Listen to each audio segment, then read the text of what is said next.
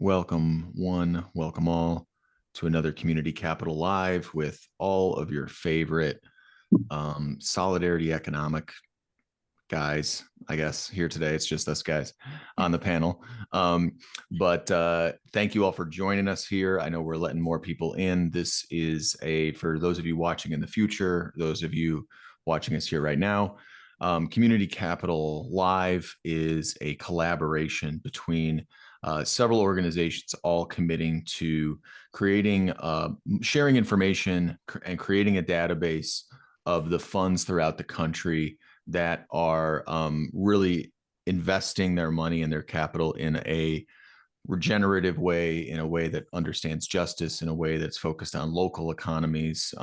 And we're really excited today to get to talk to the Help Fund, Rosalie Fransen from the Help Fund.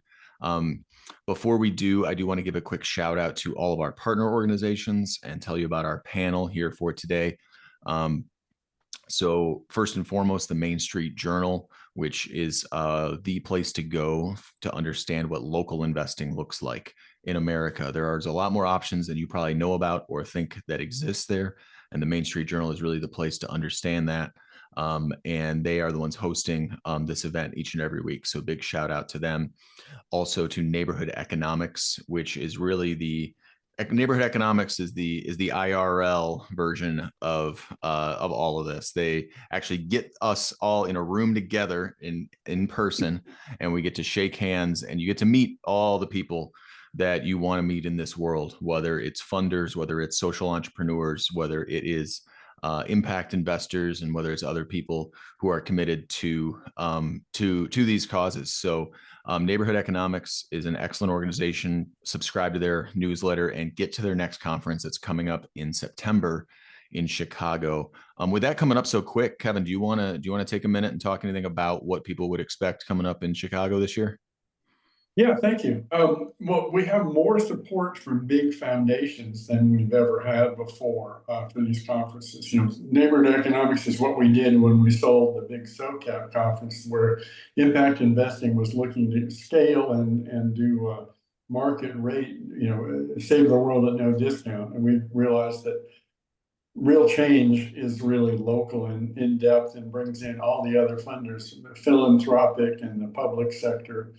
Citizens as well as impact investors. And so we're focusing there in Chicago, and they're really focused on, they fund the intermediaries in a long-term patient way that is pretty interesting. We'll see what David Erickson calls the community quarterback in the middle of these coalitions. Like they've got a community ownership intermediary that they funded with 15 million to make it easy to do community ownership of businesses. So it's a really interesting and pretty vital landscape. So I think it's going to be pretty interesting. Yeah, it really is. I was actually just talking to a local Ashevillean about it here because he started Clark Harris, who started Lolo, Yeah. his new venture that is using a lot of similar ideas of using church space, using unused space to do community investment opportunities. And so, yeah, great thing everyone wants to get to Chicago. Well, what are the dates on that? It's the 29th and 30th of September and the 1st of October. The welcome party is on the 29th. So it's really the 30th and the 1st. Excellent. Awesome. Thank you, Kevin. Kevin is one of our panelists. He is the founder of SoCap, co-founder of Neighborhood Economics, and several other ventures that you can learn about as well. And we also want to make sure we shout out Impact Alpha, who is kind of the Main Street Journal for the impact side, not necessarily place-based investing, but more impact-based investing. You can listen to this as well as other tons of great shows and resources around impact investing at Impact Alpha. And lastly is the Mindful Marketplace show, which was the show I had on Biz Radio US for 2 years. That's was about social enterprise, worker ownership, and community investing. So really excited to get to dig in here today with our panel. We got Kevin Jones that I mentioned here before. Also Michael Schumann, head in chief, editor in chief, big man in charge at the Main Street Journal, and also really the author of the books on local investing. So if you are interested in local investing, I highly recommend the most recent, Put Your Money Where Your Life Is. Michael, thanks so much for making sure this all happened, putting this together for us today. So, all right, Rosalie, I'm excited to hear about the Help Fund. I'd like to hear originally kind of the why, what inspired the creation of the Help Fund, and why did y'all choose a green investment approach rooted in the Hudson Valley context? Sure. Yeah, first of all, thank you so much for having me on here. I love this interview series, and I feel like I'm always learning about new community investment funds through you guys. Even directing a community investment fund, it's hard to find others out there. So I'm glad that you're facilitating those connections and making that possible. So yeah, the Help Fund, which is the fund that I direct, we are located in the Hudson Valley in New York, area just north of New York City. And we say we are the Hudson Valley's first green community investment fund. And a little bit about the origin story or the problem of what we designed the fund in response to is that here in the Hudson Valley, we're seeing these intersecting crises. We're seeing that there's a housing crisis and a lot of displacement. There is a health crisis with health and safety issues. And then there's the climate crisis. So our focus for the Help Fund is on supporting low-income families. And what we were seeing there was that these families in the Hudson Valley were being displaced by gentrification, especially following COVID. Some of the counties here have seen their household incomes increase as much as tenfold. So there's a real change in the population here. We're also seeing that those families have been kind of trapped in these older, aging, unsafe homes.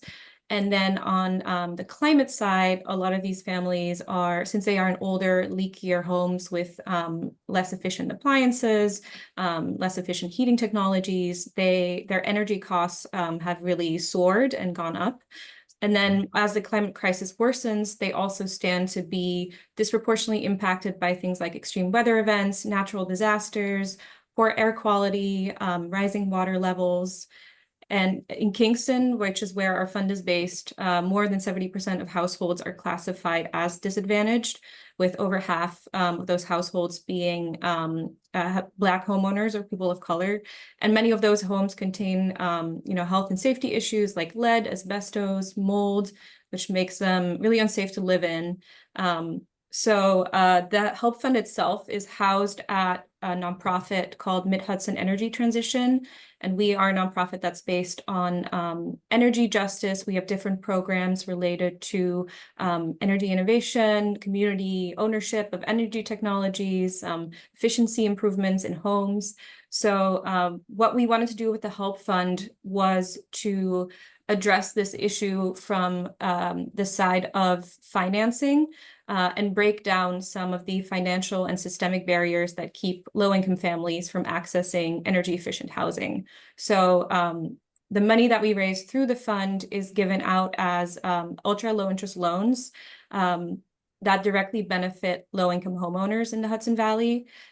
So our goal with those loans is to preserve their homes, lower their utility bills, and just create healthier and more climate resilient living conditions with the ultimate goal of building climate resilience across the Hudson Valley for all.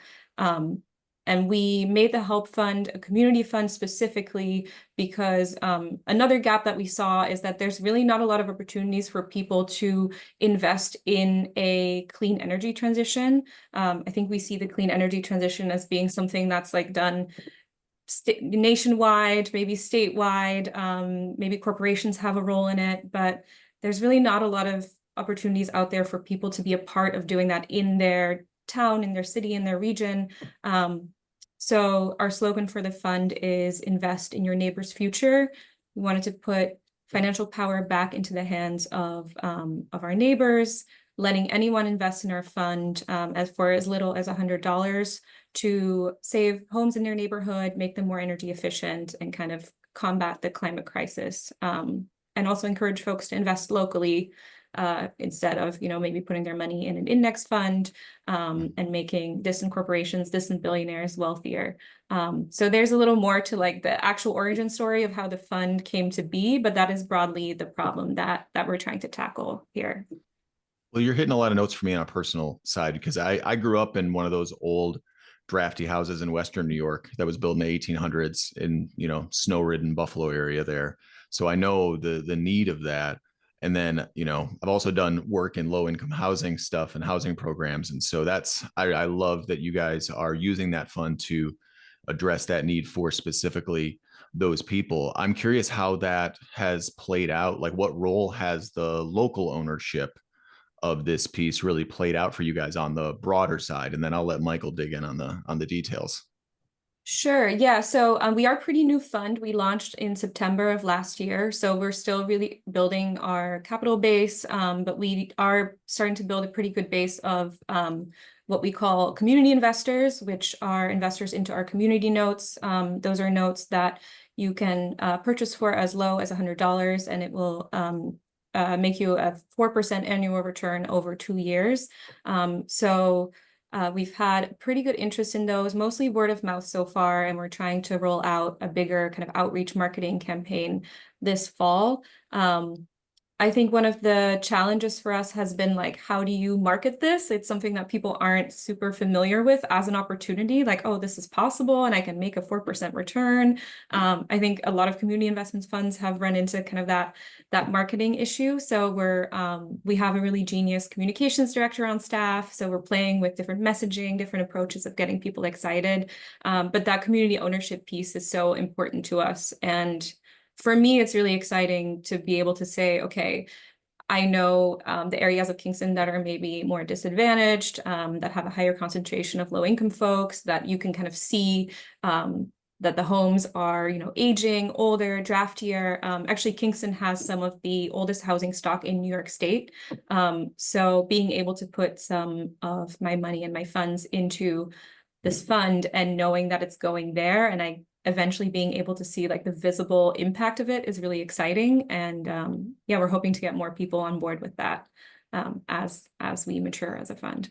And then last question for me before I hand it over to the panel, let them dig in on the details here is how do you guys define impact, and how do you demonstrate that back to your investors or to the people that are potential investors?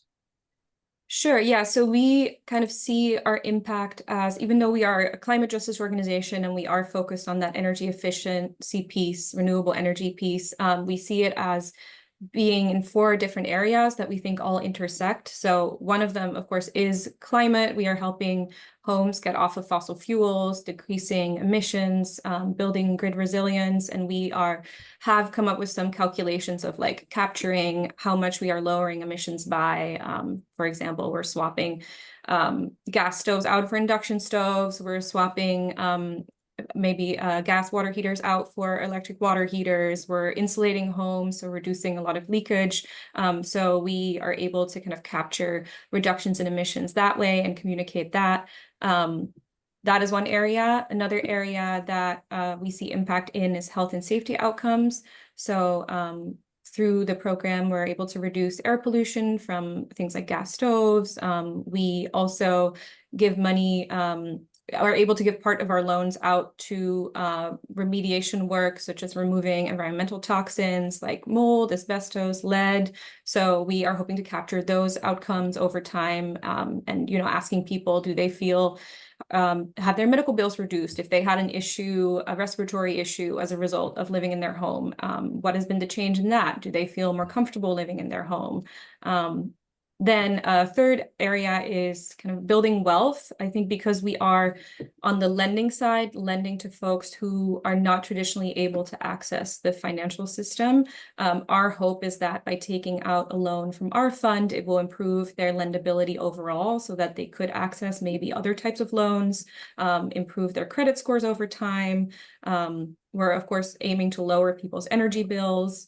And then the fourth area for us is housing justice.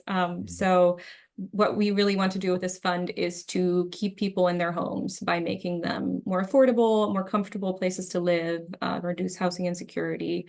So I will say we have just launched our loan program last month. So we're at the early stages of kind of giving, originating our first loans, actually being able to lend out the money, tracking that impact over time. We're in our pilot stage for the loan program. So it will be really interesting to see, what impact comes out of those first loans. How do people feel about our process? And yeah, what changes have we had? So through our parent organization, we have already started giving out funding, not raised through the Help Fund, but from other philanthropic sources as grants. So we have done different projects in people's homes, and we've seen really good results from those projects. Some folks who didn't have heating in their homes who now have heating, people who, you know, were living with a leaky roof, that we were able to connect to funding. So it's my hope that we're able to do the same with the loan program and with the lending side of the Help Fund. Yeah, and I'm the last thing is I'm curious, as you guys are rolling that out and figuring out what the, you know, the details are, how that manifests. How I read a little bit about your community council. Could you, how does that help inform you guys and make sure that you're moving through in that community democratic way? Yeah, I'm really glad that you came across that. So we have a community council. I think it is 6 members. And they've nine. Okay, I was 9 like members. either 6 or 9. Flip it. You're good. Yeah. Jasmine Graham, who is our executive director, is in the meeting, so she can call me out on any mistakes I make.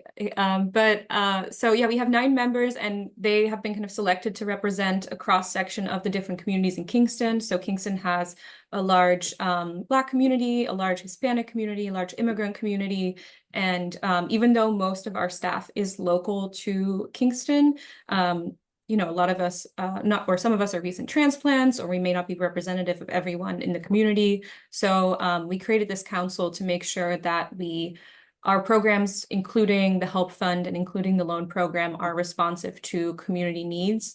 So just last month, we had a community council session on the lending side, and we asked for the community council's feedback on our marketing, on, you know, if you are taking out a loan, what would incentivize you to pay it back? How can we build trust with people? Because we are not a traditional bank, so people might be a little skeptical in taking out a loan with us. That was really fruitful for us, and we got a lot of great feedback on the program. I think for me, it's really helpful because I'm so like bogged down in the day-to-day details of everything. So getting that outside feedback is really important to make sure that we stay responsive. Yeah, and oh yeah, we had a meeting yesterday, which I unfortunately had to miss, but they gave input on the priorities for the entire organization, for all our different programs, including the fund. So I'm excited to see what came out of that meeting. Heck yeah. I love it. I'm excited to hear Michael and Kevin. I want to let you guys dig in on really the how, you know, capital stacks, notes, all that kind of stuff and details here. But yeah, I love the mission and the approach. So I want to dig in on the 2 different sides here. So one side is the people you're helping with the Help Fund, and the other side are the people putting money into it. So in terms of the help side, is there a kind of standard package that you're delivering that you've designed, and what is the size of that package per household? Sure. Yeah. So during our pilot phase for the loan program, like I mentioned, we just launched it last month. We're able to give out loans up to 15,000. We do want to eventually increase that to 50,000 because the need is really high. I think for the initial period, we just, you know, we want to refine our processes. We want to maybe work with a little bit lower debt, lower loans. And we're mindful of kind of finding the right balance so that since we are working with low income population, we want to be accessible and give them the funding that they need to do the work in their homes. But we also don't want to unduly burden people with a lot of debt that they then are not able to repay. So that's like a thing that we're still fine tuning and balancing. And as to the types of projects, it really depends on the home. And one thing that we are doing with these loans is they don't exist in a vacuum, but through Mid-Hudson Energy Transition, we work with folks to actually project manage the work that they're doing for free. And we also help connect them to other incentives that are out there. So there are some state programs in New York, like the Weatherization Assistance Program, that have existing incentives that people can use. Through our own Home Upgrade Grants program, we can connect people to small grants. So we really sit down with everyone, work with them. Okay, we help them do an energy audit through the state, which is a free energy audit, to identify where the biggest issues, energy efficiency issues in their home are. And we then can say, okay, what would save you the most money? What would address the issues that are most pressing for you in your home? We have this pool of grant funding available. We can help you apply for this incentive at the state level. And then there might be a gap there that we can apply the loan to. So it's really stacking different sources of financing for people to get to these bigger retrofits and bigger energy efficiency projects. So to the extent that there's some payback that's required, are you trying as much as possible to piggyback onto the utility bill so that the reductions in the utility bill are effectively what's paying you back?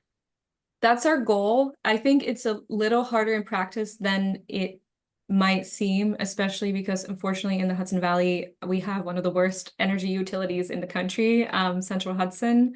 I don't know if anyone is familiar with them, but they are much hated around these parts and have had a lot of issues with high rates, overbilling people. So we are reliant on their rates to some extent, but we do, that is always our goal, is to put in the types of upgrades in people's homes that create the largest reductions in their energy bills and the biggest benefits. And sometimes with these lower income populations, with people who live in older homes, a lot of the work that needs to be done is health and safety work before they can access the energy efficiency incentives. Like we'd never want to insulate a home that has mold in it. We never, we can't put solar panels on a roof if the roof is falling apart and is leaky. So it's also kind of trying to get to the point where energy efficiency is possible.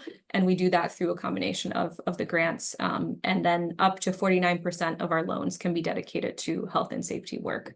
So it's balancing out those cost reductions and then the health and safety piece. Got it. So your goal is to get to a $5 million fund over the next 5 years, and you're somewhere a little below $1 million right now. If you get to the 5 million goal, how many houses do you think you're going to be able to serve? I mean, and what do you project would be the impacts of that? We say we'd be able to serve around 500 households, is what we're thinking.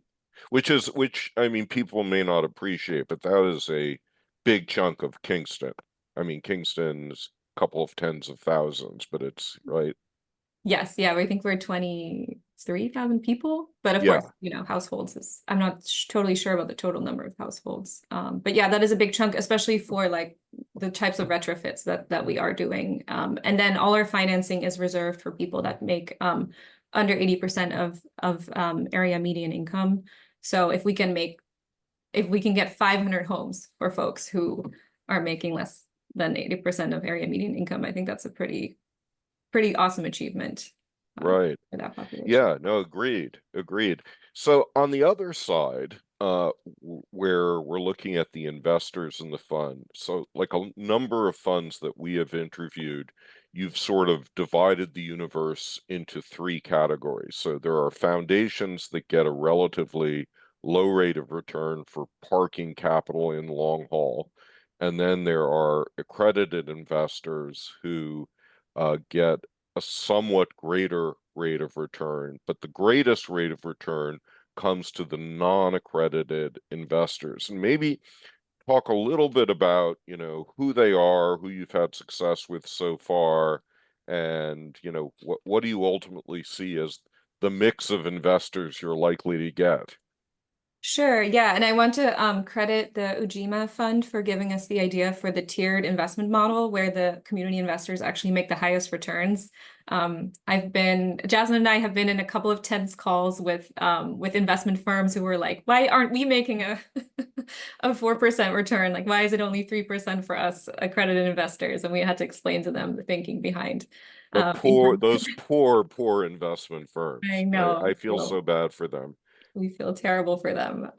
So it's not always an intuitive model. I think people are used to coming in with, these large amounts of money and then getting the highest returns, but that's not the case for us. I think as to the mix of folks that have invested, philanthropy so far has really been the anchor for us and for our investors. We've been able to get some great support from different foundations. We've also made a lot of inroads with local banks who have contributed either through grants. I should mention we also accept grant funding and donations, so that's another possibility. So these banks have contributed through grants, through mission note investments, and they have been really wonderful for us. They are able to allocate funding to us under the Community Reinvestment Act. So we're kind of trying to leverage that to raise capital. Then we've had some philanthropic program-related investments. We just received one today from the J.M. Kaplan Fund, who are a new partner for us. So that's been wonderful. And then on the accredited investor, the impact note side, what we're trying to tap into more and more is kind of local high net worth individuals. There's a lot of money in the Hudson Valley, a lot of folks, you know, with their second homes here from New York City, or people who've moved up here from the city. So that's been for us a little bit more of a challenging population to get a foothold in, because most of folks on staff, including me, have more experience in the nonprofit side, in the public sector, and then we're community members, so we can tap into the community investors. But that high net worth individual piece is it has been a little more challenging, but I think recently we've been able to connect to some kind of local community figures who are able to get us in these secret rich person networks where we're able to raise more impact notes, which has been exciting. And then, on the community investor side, it's really been a lot of word of mouth so far. People have put in, honestly, higher amounts than we anticipated. We thought, we get a lot of people putting in $100, $500, $1,000, but we've had a lot of interest in putting in slightly higher amounts. I would say between 5,000 and 15,000. Wow. Yeah, but we'd like to increase our number of community investors over the next year, just because it's such an important piece of the fund.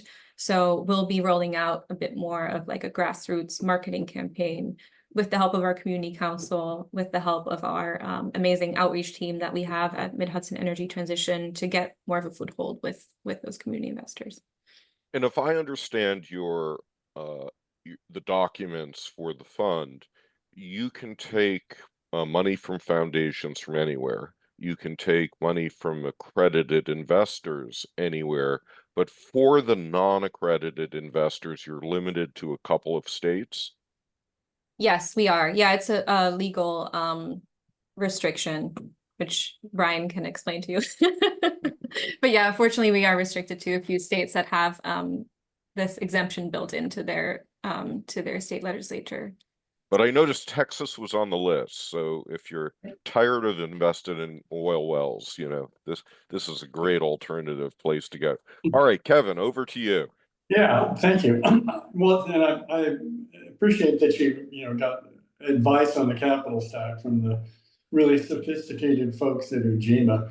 But tell me about the origin of this. Whose idea was it? Was there a visionary? And then who did you have to get on board to make it real in the first place?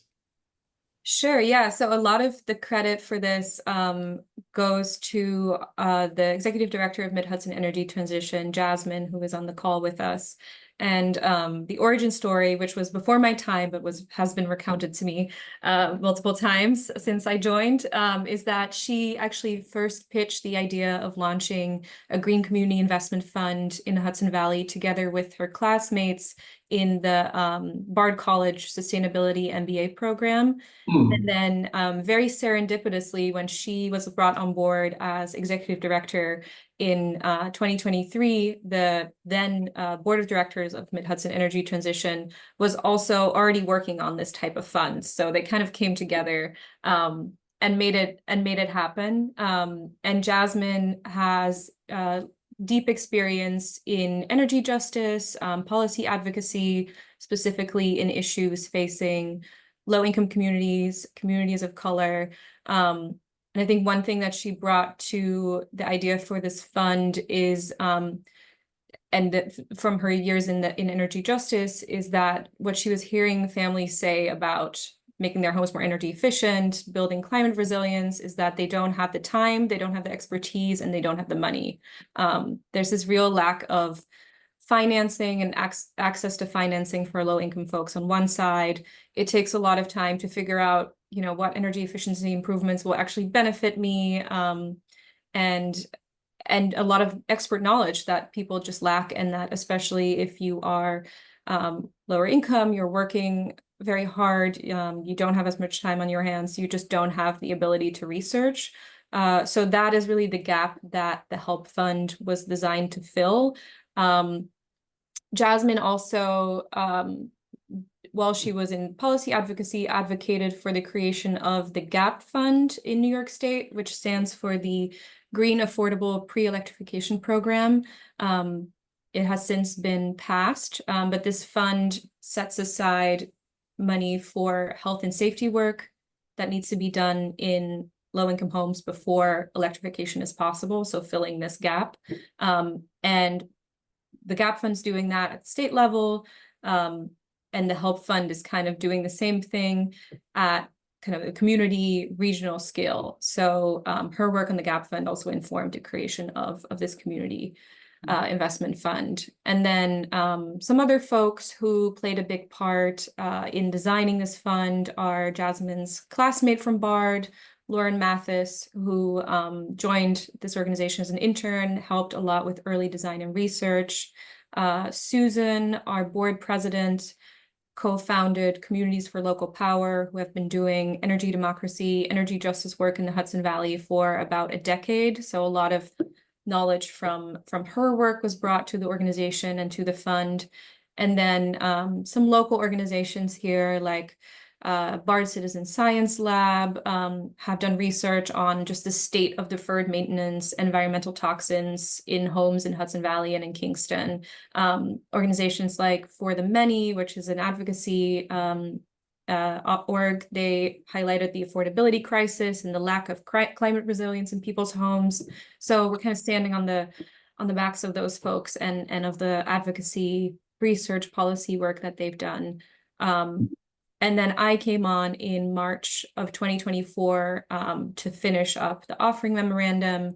And my biggest piece of work has been operationalizing the lending program. And I come to this from actually the international aid, international development field.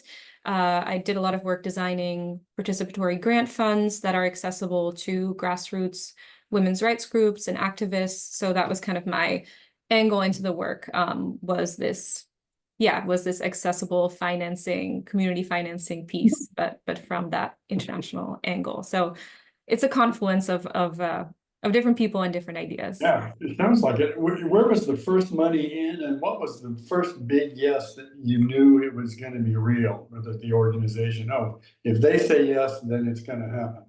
My first big yes. I think some wins for us. A big one was our partnership with NYSERDA, the state energy agency, who agreed to provide us with a $5 million loan loss reserve.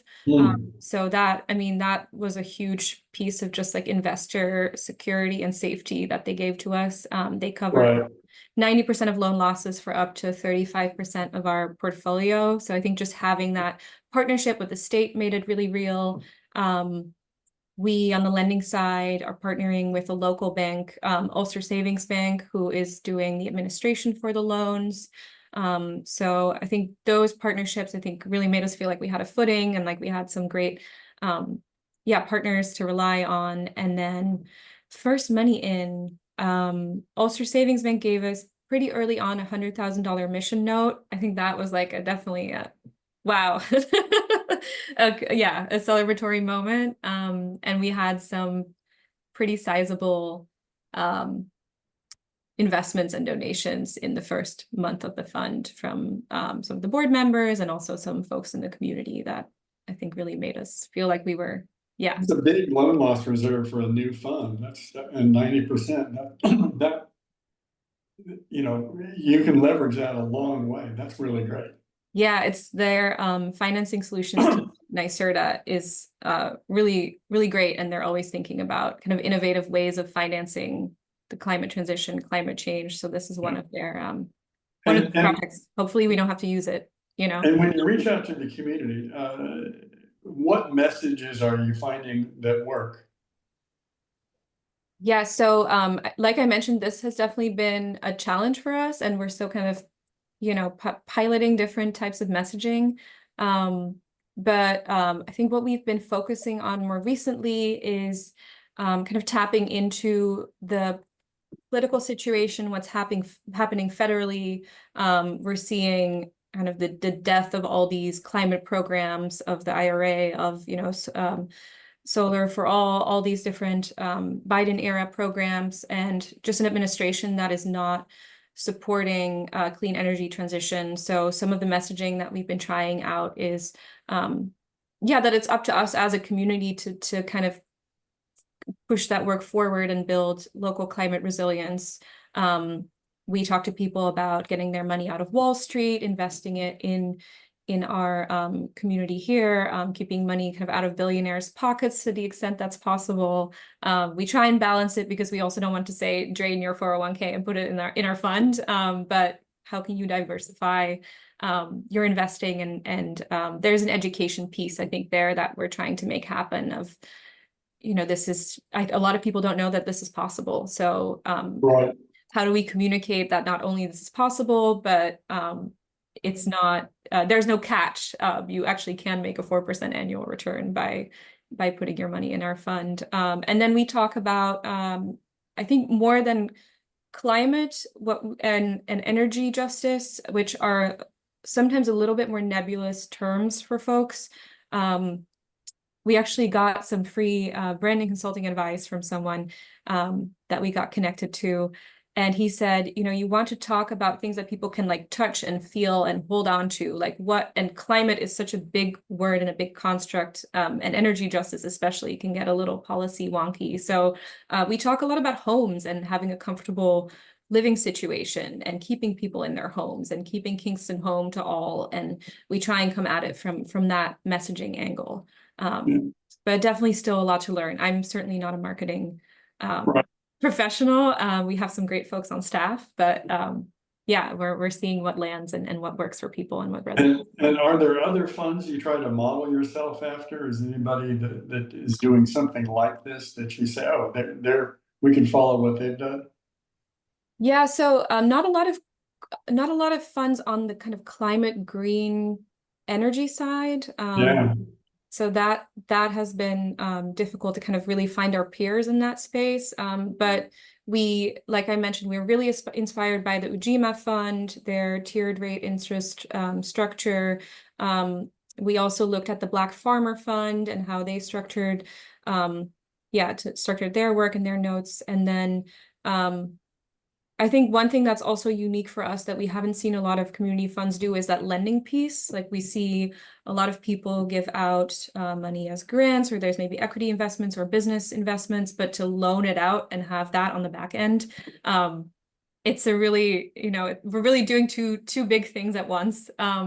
So on the loan side, we looked into a bunch of peer loan funds, especially to learn from their underwriting criteria, funds that have more of an empathetic banking model. So I got connected to Detroit Home Loans, and they offer 0% home repair loans. We learned a lot from them. We also got connected to the New Hampshire Community Loan Fund. Again, they take kind of an empathetic banking approach where they don't have credit score minimums, and they also have an investment fund on the back end. So that was an interesting case to look at. And then in New York State, there's the Solar and Energy Loan Fund again, empathetic banking approach. So those are funds that we've learned from, but we did kind of have to pave the way in some ways in combining that investment piece, that lending piece, and then having this green climate angle to what we're doing. Right. Interesting.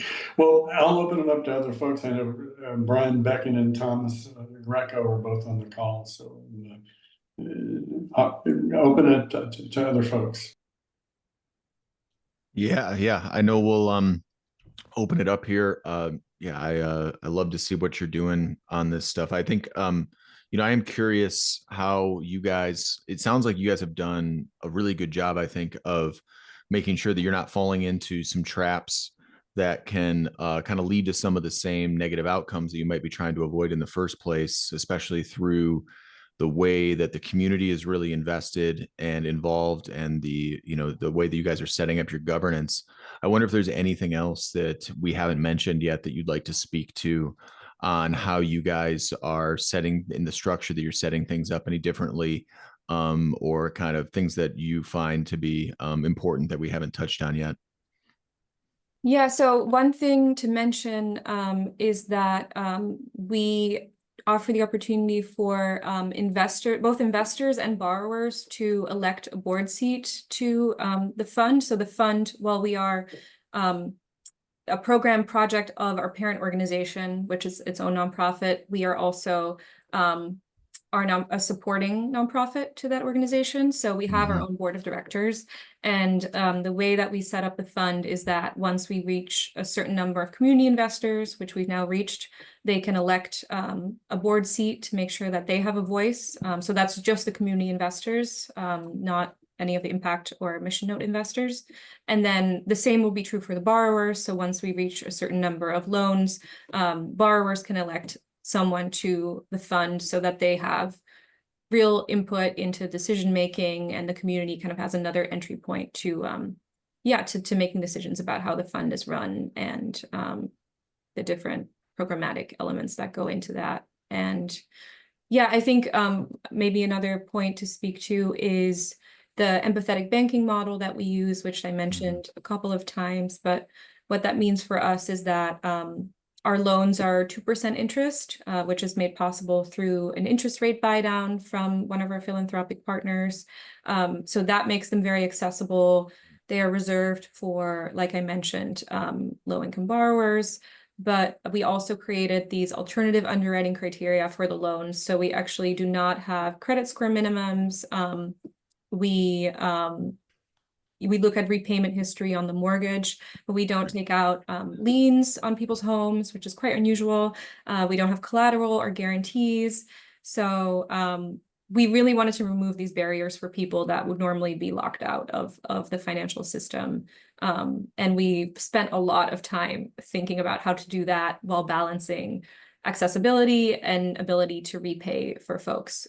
So I think that is a really exciting part of the work, which is very much informed by our community council and what they identified as barriers to financing.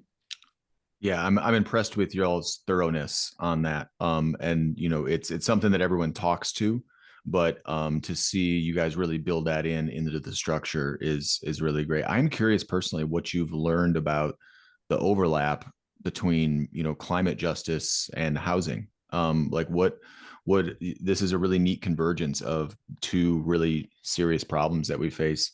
I'm curious if you've learned anything about how those things interact and overlap in ways you didn't expect. Interact and overlap. Jasmine can actually speak to this really beautifully, but a lot of the history of climate injustice is tied to housing injustice and redlining of communities. And now we're seeing what we call frontline communities, which are disadvantaged and low income, often BIPOC communities that are where they are placed is really exposing them to the potential of climate disasters, of things like flooding, of maybe pollution from nearby plants, nearby factories. So it's really closely tied together. So that's one thing that I learned, is how much economic injustice and economic inequality affects people in both the domains of housing and climate, and then also health equity, because these older homes that folks live in are, in a lot of cases, making them sick. There's, energy stress. They're living in truly unsafe environments. So we really found that we can't tackle these issues in silos because they don't exist in silos for people. They're not making a choice between improving their energy efficiency situation and improving their ability to stay in their home. Like, it really goes together, or between, improving their health and safety outcomes and improving their economic wealth building. Like, these injustices all go together, especially in the US. So it didn't make sense for us to tackle them in silos. to address them separately. Yeah. But it makes it hard to communicate about our work sometimes because we're like, okay, well, we're about energy justice and we're about climate justice, but also, you know, we just have so many things that we think are important, which is maybe where the marketing challenges come in because we're, yeah. Yeah, I was curious about that because it sounds like maybe one of the biggest challenges you guys would face is just in how to communicate that. Number one, we're using investing to solve a problem. Number two, it's going to be in housing and in updates to housing, not, you know, some business idea. And then, you know, even though Michael talks about in his book about how housing investment is oftentimes the best first local investment that we can make. And so it seems like you guys would have, yeah, a lot of things to try to education that you might need to do in order to do that. Do you found any type of way of bringing that up or messaging that that's really been effective and helps kind of people click that light bulb on? Yeah, I think like I mentioned, speaking to that housing angle, just because that's such a pressing issue for people and everyone, you know, understands the importance of living in a stable home, of displacement, of gentrification in the community. We are actually starting to do through one of our other programs, a participatory planning process for Kingston. So I'm hoping that by getting a little bit more data about what do people see as kind of the core needs in the community, what is like front of mind for people, we will be able to improve our marketing and also to kind of tailor our programs and our strategies to be really responsive to that. Yeah, sometimes it's really simple. I mean, sometimes it's like, do you want to trade in your gas stove for an induction stove, you know, like or do you want to live in a home that is comfortable and heated in the winter, or Yeah. you try and get, yeah, again, this like visceral sense for people of what matters to them. But as a policy, as a bit of a policy wonk, sometimes we have to force ourselves to get out of that mindset. Yeah, I mean, you could talk about the ROI of not paying a heating bill twice as much, right? There's a big ROI there. Energy costs. I know Jen had a question about really, I think the other questions that we really had were mostly about how to help spread what you're doing. So Jen had a question about if you're able to connect with the Day of Action. And then also where can we find you and, you know, kind of what's the best way to connect with everybody? I know we got some websites up here that Jen has listed. Thank you so much, but. Great. Yeah. Thank you, Jen. I don't think I'm familiar with the Day of Action, but we'll definitely look into that and see if we can connect through our outreach team and our marketing team. That would be great. And where to find us, the best place to learn about the fund, and Jen linked it earlier in the chat, is investinhelp.org. That's also where you can find our offering memorandum that Brian Becken helped us put together. Shout out to Brian. And one of our challenges that I didn't mention yet is that we wanted to make investing really, really easy for people. So we put a lot of thought into creating an online platform where people can invest just with the click of a button online, and get all the paperwork sent to them automatically. It took us a while to decide on that software package, and we heard that apparently it's unusual, and a lot of funds just, you have to call them on the phone. So we wanted to cater to, you know, the millennials and the Gen Z out there who are afraid of making phone calls. So we built everything online. So you can do that through investinhelp.org, and yeah, you can look at our different notes and our different offerings. And then the website for our parent organization is mid-hudson.energy, and you can learn about our other programs, the other energy innovation work that we are doing in Kingston and in the Hudson Valley. Excellent. Anything else, Michael or Kevin, that came up for you guys? Well, I have one more question, which is, you've mentioned at various points that you've been the beneficiary of a couple of big foundations in your community and also some deep pocket individuals, accredited investors.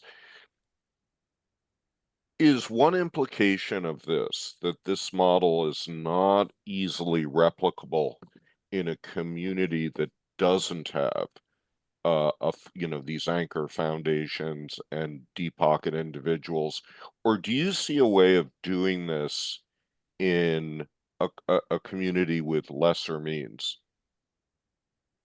I I definitely think there's a way of doing it in a community with lesser means. I mean, I think we are not following a crowdfunding model, but a crowdfunding model might be more suited to a community like that. We wanted to structure the fund as a charitable loan fund, and we are very lucky in that a lot of the operating costs of the fund are covered by philanthropic grants. So that makes our books very simple for the fund. You know, it's investments in, loans out.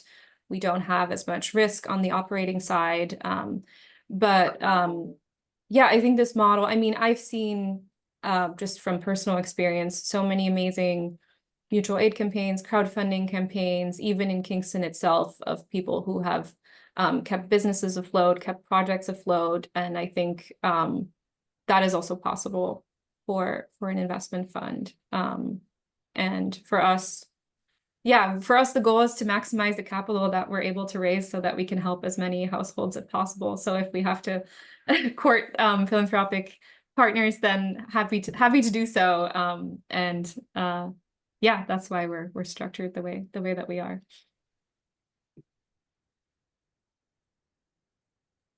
Excellent. Well, thank you so much for your time today, Rosalie. Thank you to everyone out there for joining us. I know there's a lot of things you could be doing with your Tuesday or your Wednesday afternoon. Thank you for spending it here with us. If you're watching this in the future, or if you're watching this currently, you can go back and watch the archive of everything, either on the Main Street Journal. Podcast should be up on Impact Alpha now. And you can listen to all the previous guests. And last thing, we've got another one of these coming up, I do believe. Is that right, Jen? It is definitely true. Our next one is on September 10th with Justin Abyss of Fair Finance Fund. And I will follow up with y'all with a link to that event and all the links we've shared. So stay tuned. Thank you so much. Looking forward to that one. We'll see you all. And until then, remember, we are each other. Thank you, guys. This is great. Thank you. Thank you all.